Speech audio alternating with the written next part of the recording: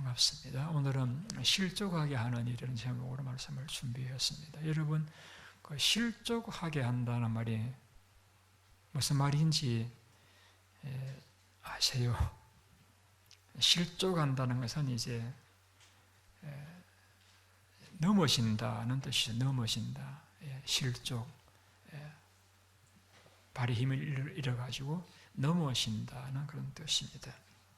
그러니까 교회를 나온 그 어린 사람들이 오래전에 나온 사람들에 의해서 실망하거나 낙심하는 그런 경우라든지, 혹은 또 사회적으로 힘이 없는 그런 사람들이 사회적으로 힘이 있는 가진 사람들에 의해서 무시당하거나 업신여김을 당하여서 실망한다든지, 또 신앙적으로 아직 미숙한 그런 분들이 교회를 나와가지고 오래 믿은 분들의 모습을 보고서 낙심을 하고 마음의 상처를 받고 죄를 짓거나 믿음에 떠나는 그런 경우를 가리켜서 실족한다라고 말씀을 합니다. 교회를 다니다가 그만둔 사람들을 만나보면은 그들이 사정이 있어서 그런 경우들도 있지만은 많은 사람들이 교회 생활하는 가운데서 다른 사람에게 상처를 받아서 교회를 그만두는 그런 경우들이 있는 것을 보게 되어 있습니다. 말 때문에 상처를 받는다든지, 혹은 돈 때문에 상처를 받는다든지, 또 부도덕한 행실 때문에 상처를 받는다든지, 이렇게 해서 교회를 다니다가 그만두는 그런 경우들도 있고, 또 교회가 분쟁이 일어나가지고 이제 교회가 갈라지는 그런 일들을 인하여서 또 교회 생활을 접는 그런 경우들도 있는 것을 보게 되었습니다. 물론 저나 여러분들이나 부족하다 보니까 말에 실수할 수 있고 의도하지 않게 다른 분에게 상처를 줄 수도 있습니다. 그런데 예수님은 이것을 사람이니까 그럴 수 있지라고 이렇게 가볍게 여기질 아니하시고, 이런 일을 하는 자, 그러니까 나의 말이나 행동에 의해서 다른 사람이 상처를 받거나 죄를 짓거나 믿음에 떠나게 될 경우에는 화가 있다라고 말씀을 했습니다. 화가 있다. 이 말씀을 두 번이나 7절의 말씀을 했습니다. 한번 7절 띄워주시겠습니까?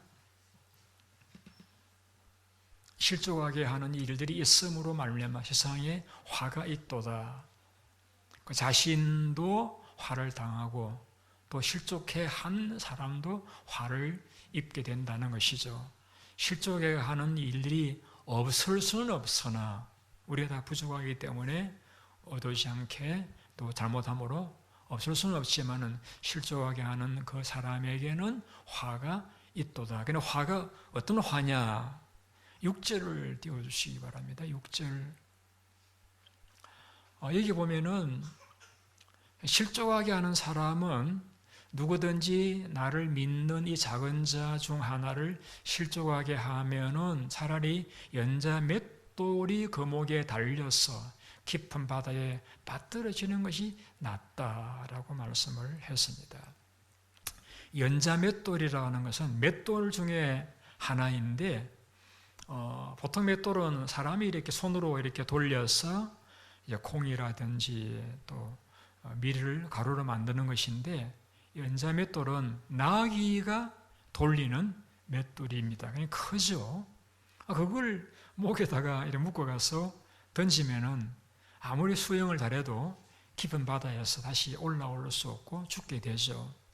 로마 시대의 사형법 중에 한 가지인데, 이제 부모를 죽인 자나 사회를 선동케 한 자는 이런 형벌을 가했다라고 합니다. 그러니까 우리가 어떤 잘못된 일을 하면은 그 잘못된 일의 종류에 따라서 벌이 다르잖아요. 벌금 내는 벌도 있고, 또 며칠 구류를 사는 벌도 있고, 혹은 또 몇 년, 몇십 년 감옥살이를 하는 벌도 있고, 혹은 사람을 죽이는 그런 벌도 있는데, 다른 사람을 실족하게 하는 그러한 죄는 얼마나 크냐 하면은 차라리 그러한 벌을 받는 이보다도 연자맷돌을 목에 달려서 기마대 빠뜨려지는 것이 나을 정도로 큰 죄다라는 것이죠. 8절을 보시겠습니다. 그러면 그 벌이라는 게 어떤 벌이기 때문에 연자맷돌을 목에 달고 죽는 것보다 낫다고 말씀하셨느냐. 8절 보시게 되면은 만일 너의 손이나 발이 너를 범죄하게 하거든 지그 내버리라. 장애인이나 다리 저는 자로 영생에 들어가는 것이 두 손과 두 발을 가지고 영원한 불에 던져지는 것보다 나으니라. 여러분, 여기에서 영원한 불이라고 하는 게 뭘 가리킬까요? 지옥이죠. 그러니까 보잘것없는 사람이라고 해서 함부로 대하고 말하고 행동에 의해서 그 사람이 죄를 짓게 만든다든지 신앙에 떠나게 만드는 죄는 얼마나 형벌이 무서우냐. 영원한 지옥불에 던져지는 그런 죄라는 것이죠. 그러니까 이게 작은 죄가 아니라는 거예요. 큰 죄라는 것입니다. 우리 교도는 이 큰 죄를 지으면 안 되잖아요. 9절을 보시겠습니다. 만일 내 눈이 너를 범죄하게 하거든 빼어내버리라. 한 눈으로 영생에 들어가는 것이 두 눈을 가지고 지옥불에 던져지는 것보다 나은. 여기서 지옥불이라고 또다시 나오잖아요. 그러니까 이 다른 사람을 실족하게 하는 죄는 이거는 지옥불에 들어갈 그런 큰 죄라는 것이죠. 주님께서 우리를 사랑하시기 때문에 우리 가운데 어떤 분도 그러한 형벌을 받기를 원치 않으시기 때문에 말씀을 통해서 가르쳐 주셨던 것입니다. 그러면은 이렇게 보잘것없는 자라고 해서 함부로 대하고 말로서 행동으로 실족하게 만드는 죄가 이렇게 큰 이유가 어디 있느냐 하는 것이죠. 한번 따라해 보시기 바랍니다. 사람은 다 귀합니다. 다 귀합니다. 여러분, 우리 어머니들이 자식을 놓을 때에 하루 이틀 고생하다가 놓은 사람은 없습니다. 다 10달 동안 자식을 위해서 음식도 가려 먹고 말도 조심하고 보는 것도 좋은 것만 보려고 하고 몸이 아파도 행여 약을 먹어서 태아에게 해가 갈까 해서 약도 신중하게 먹고 혹은 안 먹고 그냥 아픔을 당하든지 이렇게 해서 아기를 놓잖아요.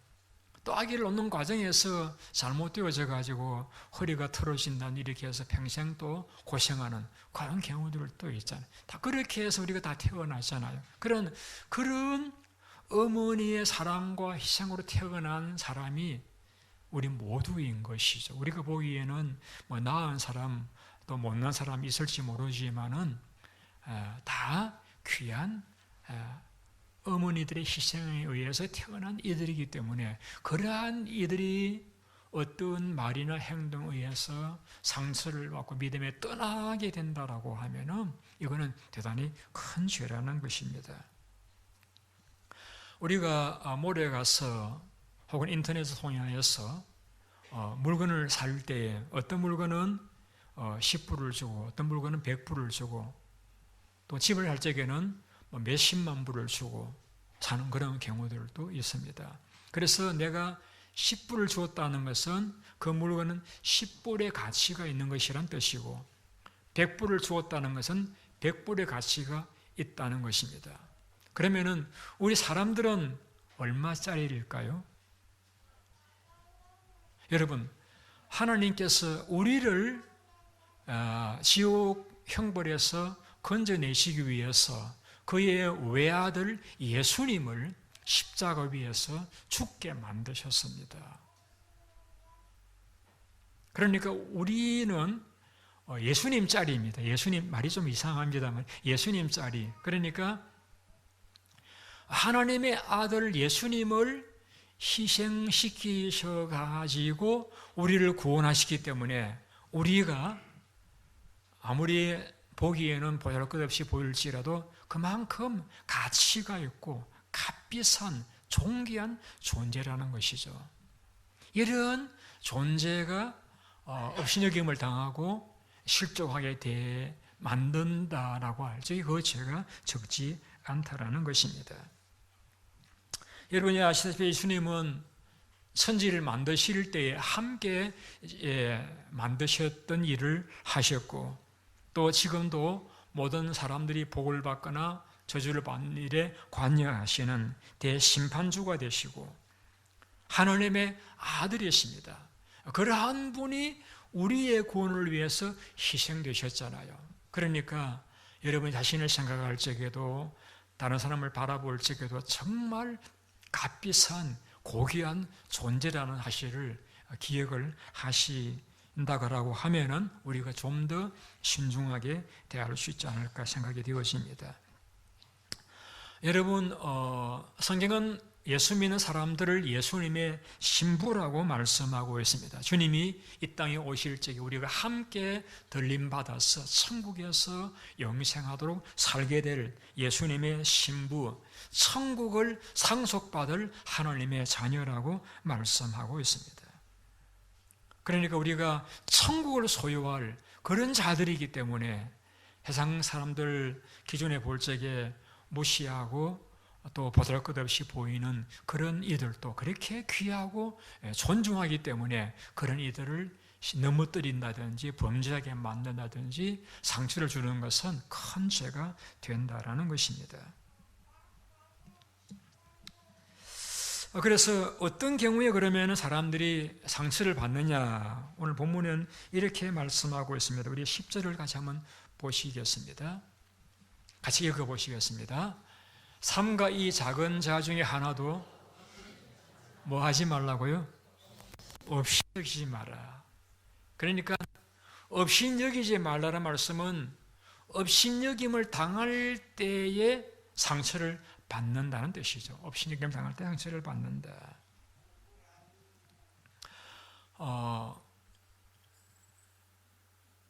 교회를 이렇게 나오시는 분들, 저희 교회는 이제 새로운 교인들이 늘 오시다 보니까 기존 교인들이 계시고 또 새로운 교인들이 이렇게 공부하러 온 군대에 이렇게 오시게 됩니다. 그러다 보면은 자연스럽게 오래된 교인들도 있고 또 새로 오신 교인들도 있게 되어집니다. 그러니까 서로 잘 알지를 못합니다. 그러니까 자연히 오래된 교인들은 오래된 교인들끼리 대화하고 인사하게 되어지고, 그러다 보니까 새로운 교인들은 이 서목사님 많이 챙겨주시긴 하시지만은 그래도 좀 서먹서먹한 그런 가운데서 친교도 하고 교회 생활을 하게 되어집니다. 그 얼마든지 이해할 수 있는 그런 부분입니다. 그런데 간혹 어떤 교회를 가보시게 되면은 텃세라는 게 있습니다. 텃세. 텃세가 뭐냐면은 내가 여기 먼저 왔고 오래 있었으니까 너는 꼼짝 마. 이게 텃세입니다. 텃세. 그래가지고 새로운 사람을 구박하고 업신여기고 멸시하고 천대하고 그런 일들이 있는 것을 텃세를 부린다라고 말합니다. 오늘 우리 교회에 그런 텃세 부리는 분들은 없습니다. 제가 있으면 용서 안 하거든요. 그러니 그런 분은 안 계십니다만은 다른 교회에 가면은 저 한국에 가면 그런 교회가 있어요. 우리 교회는 없고, 또 이제 끼리끼리 모이는 그런 경향도 있습니다. 무슨 이렇게 직업 따라서 사회적인 지위에 따라서 또 여러 가지 형편 따라서 끼리끼리 모이는, 그래서 그것도 저는 이해는 합니다. 서로 통하는 사람들끼리 만나면 반가운 사람끼리 내비 있는 것 꺼내줘도 먹을 수 있는 사람끼리 만나는 것 참 이해는 합니다. 문제는 뭐냐면은 이 끼리끼리 모이다 보면은 꼭 어떤 사람이 생기는가 하면은 소외되는 사람이 생깁니다. 그 끼리에 안 어울리니까. 예를 들면은 그래서 저희 교회는 좀 나아요. 조금 더 가면 정선에 가면은 남자가 하나도 없는 교회도 있습니다.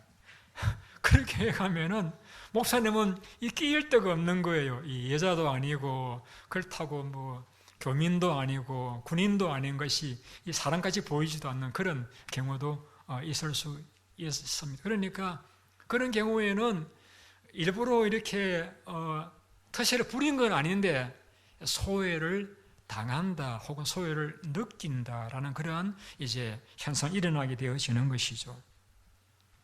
그래서 이제 저희 교회는 어떻게 하는가 하면은 목장을 만들었습니다. 목장이라는 게 양이 풀을 뜯고 소가 풀을 뜯는 목장이 아니고 목자라고 하는 한 지도자 아래에 12명의 교인들이 함께 모여서 마치 가족과 같이 기쁜 일을 슬픈 일을 함께 나누면서 위로하고 격려하고 도와주고 하는 그 신앙 소그룹을 저희가 목장이라고 부릅니다. 혹은 가정교회라고 부르기도 합니다.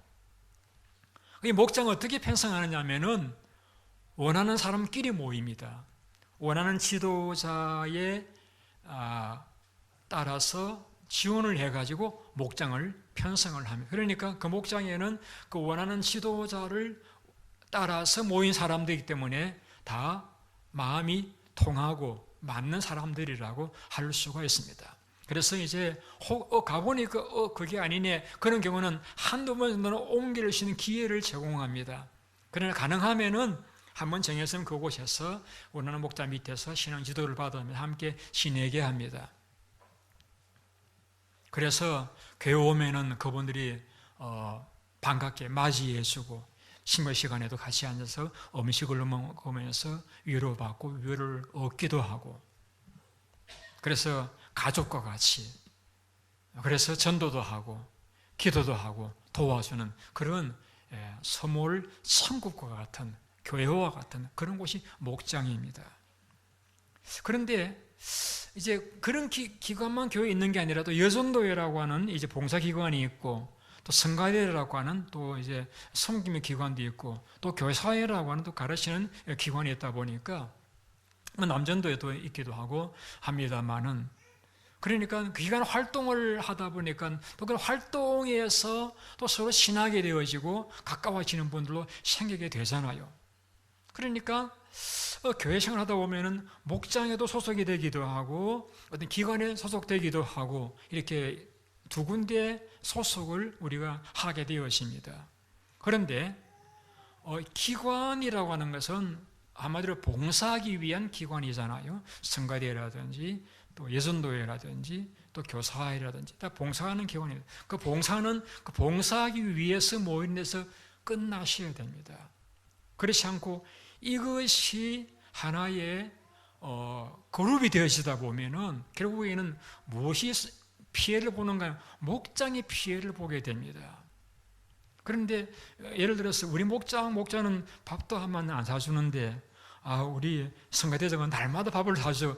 야, 우리 목자는 엉터리야 하다 보면은 목자의 지도자가 목자인데 목자의 권위가 땅에 실수되어지는 것입니다. 그러다 보면은 목원들이 목자 말을 잘 안 들어요. 그리고 목장에 와서도 이야기를 잘 하지 않아요. 그러면 처음 의도했던 작은 천국과 같은 목장이 되지 못하고 이것이 허물어지는 거예요.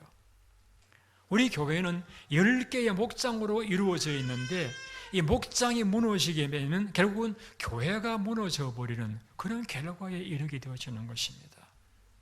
그래서 우리가 성가대도 중요하고 교사들도 중요하고 또 남전들도 여전도 다 중요하지만은 모든 우리 교회의 모임의 기초적인 모임은 목장으로 돌아가야 됩니다. 정 내 목장이 내하고 안 맞다 그러면은 자신이 원하는 목장으로 옮기셔도 됩니다. 그래서 목장 중심으로 깊은 교제와 사랑을 나눌 적에 그때 교회 생활이 행복하고 또 유익을 얻는 또 교회가 든든히 세워져 나가는 그런 곳이 될 수가 있는 것입니다. 그래서 제가 신교 시간을 많이 강조하는데 신교 시간에 보면은 청년들은 이쪽에서 또 교민들은 저쪽에서 나이 드신 분들은 저와 같이 이렇게 식사하시는 것 충분히 이해를 합니다.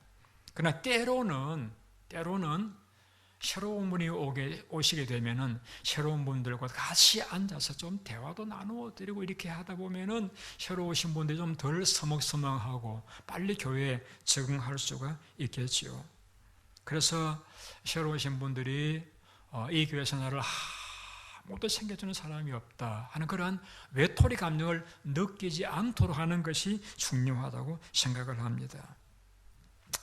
여러분, 저는 지금 뭘 말씀드리고 있느냐 하면 어떤 경우에 사람들이 실족하느냐를 말씀드리고 있습니다.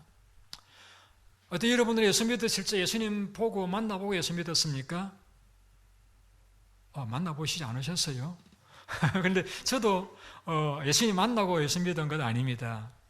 제가 처음 교회에 나가서 누구 보고 예수 믿었느냐? 예수 믿는 분들을 보고서 예수 믿었습니다. 교회 나갔더니 말이죠. 혼자 자취한다고 반갑게 맞이해주고 밥도 주고요. 또 같이 놀아도 주고요. 그렇게 반겨주니까 제가 그게 좋아서 교회 다니다가 예수 믿게 되었습니다. 그러니까 예수를 믿는 과정을 보면은 예수님 만나보고 예수 믿는 사람은 없습니다. 하나님 만나보고 예수 믿는 사람은 하나님 믿는 사람은 없습니다. 하나님 믿는 사람들, 예수 믿는 사람들을 통하여서 감동을 받고 그들이 왜 예수 믿는가를 성경을 연구하다가 그때 예수님을 만나게 되어진 것이죠. 그러다 보니까 우리가 먼저 예수를 믿는 우리들의 말 한마디 행동 하나가 굉장히 중요하다는 겁니다. 왜? 우리를 통해서 그들이 하나님을 만나는 계기가 되어줄 수 있기 때문에 우리의 말 한마디 행동이 참 중요하다라는 것입니다. 그래서 우리는 돈 문제도 깨끗하게 해야 되고 성격도 너무 과격하지 않으셔야 되고 또 내 가정을 잘 돌보셔야 되고 우리의 말 하나 행동 하나가 모든 범사에 모범이 되도록 우리가 노력을 해서 내가 실수하고 잘못하는 것이 나 혼자 잘못하는 걸로 끝나지 않고 다른 사람을 넘어지게 만들고 상처받게 만들고 하나님을 내서 떠나게 만든다라고 하면은 우리가 고치고 새롭게 하셔야 할 것입니다. 우리 성경을 복음서를 계속해서 제가 설교를 드리고 있는데 이 복음서를 보면 가장 많이 꾸중 듣는 사람이 있습니다. 누굽니까? 바리새인들입니다. 이 바리새인들은 11조도 하고 금식도 하고 기도도 하루에 3번씩 하는 그런 사람들이었습니다. 불구하고 예수님께 책망을 많이 들었습니다. 화 있을진저 팽토장한 무덤이라고 그들을 주님께 많이 책망을 했습니다. 아니 우리가 헌금하는 것 얼마나 힘든데 금식하는 거 얼마나 어려운데 기도 하루 3번 하는 거 참 어려운데 그렇게 열심히 하는 분들을 왜 주님께서 꾸중하셨을까? 이런 궁금하시잖아요. 그런데 기도하는 거, 금식하는 거 그거 귀하고 좋은 일이죠. 그런데 기도를 하든지 금식을 하든지 11조를 하든지 하는 그것이 그 행동 하나하나에 거기에 의미가 있어야 돼요. 기도를 할 적에는 정말 하나님을 사랑하는 마음으로 마음을 드리는 그런 진실이 있어야 되고 헌금할 적에도 하나님 앞에 정말 감사한 마음을 담아서 드려야 되고 하는데 이 바리새인 사람들이 야 헌금 많이 한다, 기도 많이 한다, 금식한다 해가지고 칭찬해 주니까 그 칭찬받기 위해서 마음에는 진실이 없는 기도하는 척, 믿음이 좋은 척 하는 외식, 가정된 삶을 살았기 때문에 주님 앞에 책망을 들었던 것입니다. 그래서 주님께 이렇게 책망했습니다. 화 있을진저 외식하는 서기관 바리새인들이여 너희는 천국문을 닫고 너희도 들어가지 않고 들어가려고 하는 사람들까지도 들어가지 못하게 막았도다. 교인 하나를 얻기 위해서 바다와 육지를 돌아다니다가 하나를 생기면 너희보다 더 배나 지옥 자식이 되게 하느니라 라고 그들을 책망을 했습니다. 우리가 오래 믿으신 분들의 행동 하나가 굉장히 중요하다라는 것을 말씀하는 것입니다. 10절을 같이 한번 읽어보시겠습니다. 어떻게 하면 우리가 실족시키지 않을 수 있을까? 10절을 같이 읽겠습니다. 작은 자 중 하나도 없이 여기지 마라. 너에게 말하노니 그들의 선사들이 하늘에서 하늘에 계신 내 아버지 얼굴을 항상 배움느니라. 여러분 천사 만나보신 분 있습니까? 우리 교회 근사님 가운데 천사를 만나보신 분이 있습니다. 제가 설교하는데 제 뒤에서 또 서서 이렇게 지키고 계시는 모습을 보셨다고 하시더라고요. 그런데 성경이 그걸 말씀하고 있습니다. 여기 그들의 천사들이 그러니까 예수를 믿으시는 분들에게는 모든 분들을 돌보는 뭐가 있다고요? 천사가 있다는 거예요. 우리는 안 보이네라고 할지 모르지만은 성경은 그들의 천사들이 있다. 우리가 보기에는 보잘 것도 없고 무시해도 괜찮을 만한 사람같이 보이는데, 그러나 그런 사람까지라도 그들을 돌보는 천사가 있다라고 말씀하고 있습니다. 천사가 있다. 이 천사는 부리는 영입니다. 그래서 하나님께서 하나님 믿는 백성들을 돌보라고 보낸 존재가 천사들입니다. 그래서 우리들을 돌보시는 분들이 천사들이죠.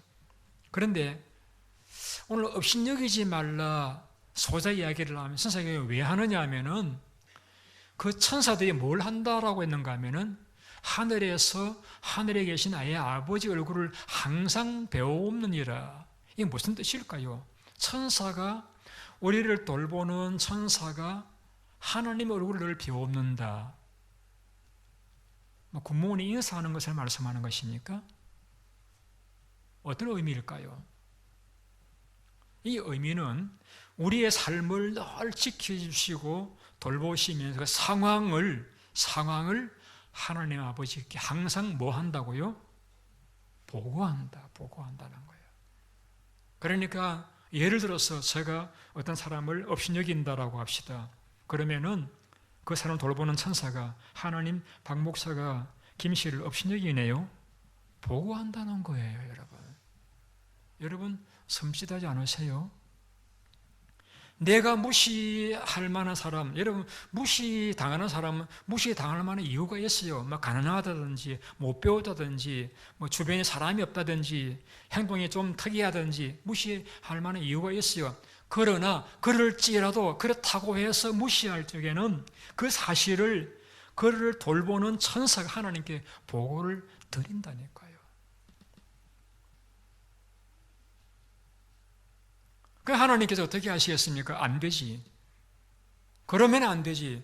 그 실족해 하는 벌이 얼마나 무섭다고 했습니까? 지옥불이라고 그랬잖아요. 그러니까 이게 실족해 하는 일이 있을 수는 있지만은 그 불이 너무나 크다 보니까 또 천사가 그 사실을 다 보고한다라고 하니까 이게 두려운 거예요. 조심스러운 거예요. 함부로 우리가 다른 사람을 대할 수가 없다는 것입니다. 하여튼 12장에 보면 그 실예가 나옵니다. 헤롯이 베드로를 죽이려고 가두었습니다. 그런데 천사가 와서 베드로를 건져냅니다.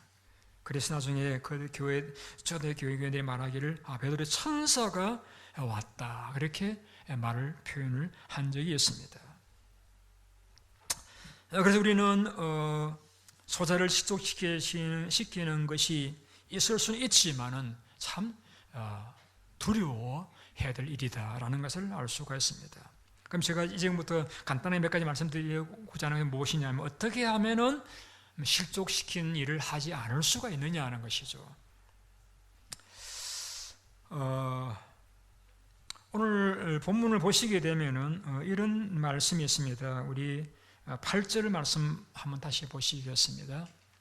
만일 내 손이나 발이 너를 범죄하게 만들거든, 그 말은 다른 사람을 실족하게 만들거든 그것을 손과 발을 찍어버리라.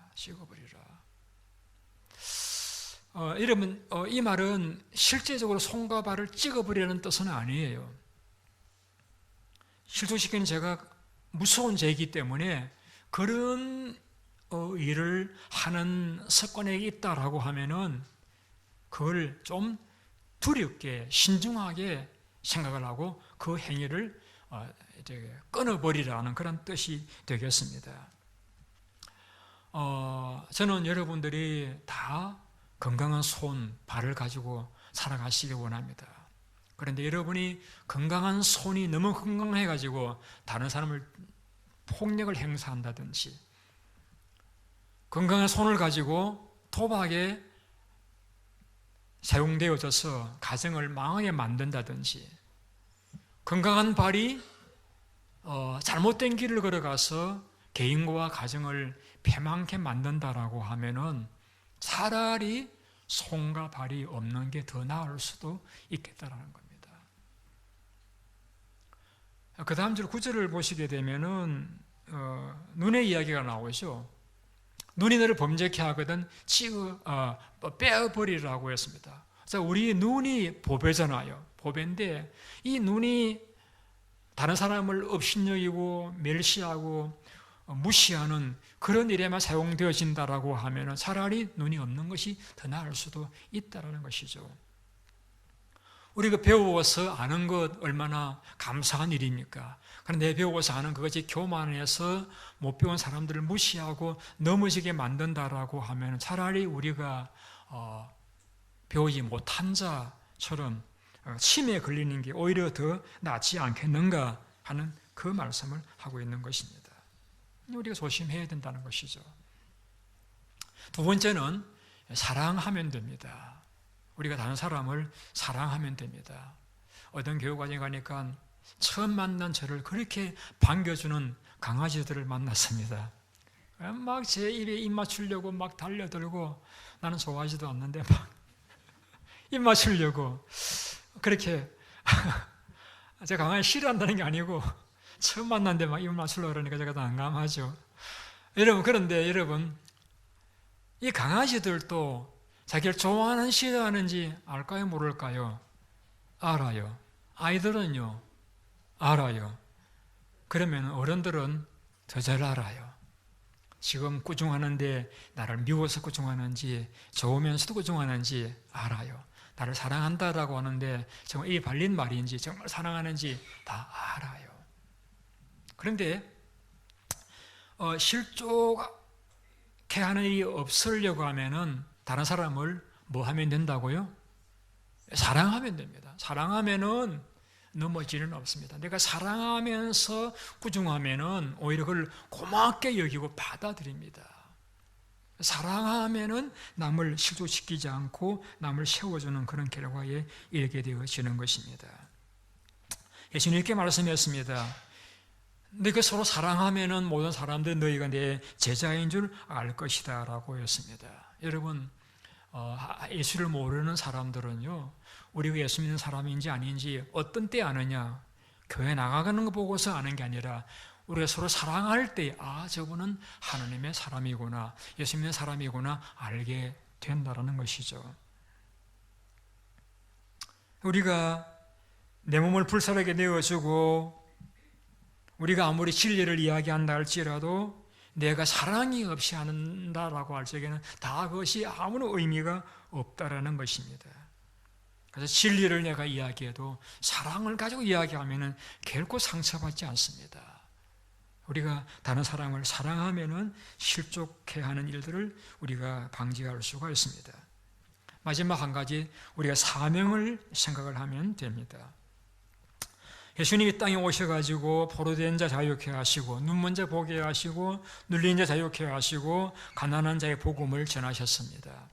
주님은 가난한 자, 포로된 자, 눈먼 자, 눌린 자를 멸시받는 사람들을 자유하고 세워주기 위해서 오셨습니다. 주님은 사마리아 성에서 10명의 문둥병자를 치료해 주셨고 12회를 혈루증 앓던 여인을 고쳐주셨고 갈릴리의 순진한 어부들을 불러서 제사 삼아 주셨고 가늠하다가 잡힌 여인을 용서해 주셨고 베다니의 가난한 고아들로 자란 나사로의 남매들을 사랑해 주셨고 백부장의 하인을 고쳐 주셨고 나인성 가부의 아들을 살려 주셨고 간질병 걸린 아들을 살려 주셨습니다. 이분들은 다 예수님이 만난 분들입니다. 왜 그런 분들만 만났습니까? 왜 그런 분들을 만나셨죠? 그런 분들을 고쳐서 온전하게 세워주기 위해서 만나신 것이죠. 자, 그렇다라고 하면 그 예수를 모시고 살아가는 우리들도 병든 자, 범죄한 자, 가난한 자, 외로운 자들을 만나서 그들을 세워주려고 하는 것, 그들을 도와주는 이것이 예수를 믿는 우리의 사명이라고 생각을 합니다. 바울은 고린도 교회에 편지를 보냈습니다. 왜? 고린도 교회를 세우기 위해서. 그들을 책망하게 되었습니다. 왜? 그들을 바로 세우기 위해서. 로마까지 가서 로마에 있는 사람들에게도 편지를 보냈습니다. 왜? 로마 교회를 세우기 위해서. 여러분, 테레사 수녀나 스바이처가 남을 위해서 일평생을 헌신했습니다만 그들은 한 가지를 몰랐습니다. 그들은 남을 위해서 수고는 했지만 교회를 세우지는 못했습니다. 우리는 주님으로부터 교회를 세우라고 하는 사명을 부여받은 사람들입니다. 그래서 내가 힘들어도, 내가 어려워도 우리는 다른 분들을 사랑하고 도와주고 섬김으로써 결과적으로 교회를 세워나가는 그러한 삶을 살아갈 때에 우리는 주님을 따라가는 자들이라고 말씀할 수가 있겠습니다. 오늘 시대는 대형화 시대입니다. 그래서 제가 토피카에 샘스 클럽에 가니까 엄청나게 많은 물건들이 천장까지 쌓여져 있더라고요. 싼 가격에 많은 물건들을 살 수 있기 때문에 많은 분들이 큰 몰을 좋아합니다. 교회도 작은 교회 가면 목사 한 사람이 주일학교도 설교하고 어른들 설교하고 신방도 하고 새벽기도 다 해야 되지만 큰 교회 가면은 각자 자기의 역할에 분담되어져 있어 잘 하기 때문에 큰 교회를 선호하는 경향이 있죠. 그러다 보니까 큰 걸 선호하다 보니까 작은 한 사람, 작은 한 개인이 상처받고 고통받는 것에 대해서는 별로 관심을 기울이지 않는 그런 시대에 뉴스를 보다가도 누가 죽었다는 그거 나오면은 다 죽는 거 하고 그냥 뉴스를 지나가 버리는 그런 시대를 우리가 살고 있습니다. 그러나 주님은 그렇지 않습니다. 한 마리 잃은 양을 찾기 위해서 99마리를 두고 찾아가셨던 주님으로 성경 묘사하고 있습니다. 그래서 우리도 그런 주님을 모시고 살아있는 성령의 사람들이라고 하면은 우리는 소자, 별 볼 일 없는 가난하고 병들고 약하고 소외된 이들을 늘 관심 가지고 돌아보는 삶을 살아가셔야 됩니다. 설교에 없는, 원고에 없는 이야기를 제가 한 가지 드리고 설교를 마치려고 합니다. 지난 목요일 날은 이제 이 지역 목사님들과 함께 캔자스 시티 가서 같이 밥도 먹고 영화도 보고 1년에 한 번 갖는 교제 시간을 가졌습니다. 근데 이제 어디 가기 위해서 차를 타고 가고 있는데 문자가 왔어요. 문자의 내용을 보니까 어떤 자매님이 지난주일 제 설교를 듣고 목사님, 우리가 믿음으로 구원받는 것입니까? 선행으로 구원받는 것입니까? 그런 질문이 들어왔어요. 그래서 제가 그 질문을 받고서 저는 그날 영화도 안 보고 밥은 먹었습니다만은 많은 시간 어제 앉아가지고 질문에 답을 보내느라고 많은 시간을 소요했습니다. 왜? 한 자매님이지만은 어쩌면은 우리 모든 교인들이 같은 질문을 가지고 설교를 들었을 수도 있겠다고 여기기도 했거니와 그 한 자매가 오해하고 있는 것을 오해를 풀어주는 것이 제 역할을 여기기 때문에 저 재미있는 시간들을 좀 제가 뒤로 하고 그 시간들에 문자를 하면서 익숙하지 않은 손 동작 문자를 하면서 답을 충분히 주었습니다. 그 자매님이 목사님 감사합니다. 예, 이제 이해가 되었습니다라고 하는 그로서 이제 문자의 대화는 끝이 났습니다. 혹시 여러분 가운데 지난주에 설교를 들으시고서 이거 선행으로 구원받는 것인가 믿음으로 구원받는 것인가 혹 헷갈리는 분 혹 계시지 않았는지요?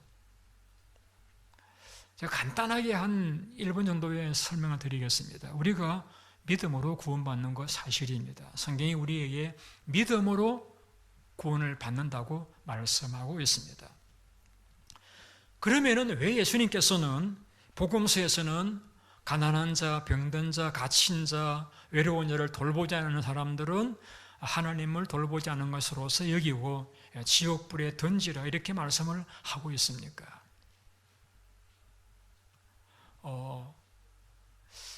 야고보라는 장로님이 이것을 잘 설명을 해서, 야고보라는 장로님은 예수님의 동생입니다. 예수님을 모시고 그가 살면서 나중에 깨달은 건 뭐냐면은 예수 믿는다고 오는 사람들 중에 엉터리가 너무 많다라는 거예요. 예수 믿는다고 말은 하는데 가난한 자, 외로운 자 돌보지도 않고 예수님 말씀대로 살지도 않는 사람들이 너무 많은 거예요. 그래서 그가 어떤 말을 했는가 하면은 행함이 따르지 않는, 하나님 말씀을 순종하지도 않고 선도 행하지 않는 사람들의 믿음은 죽은 믿음이다 라고 진단했습니다. 죽은 믿음으로는 구원받을 수가 없습니다.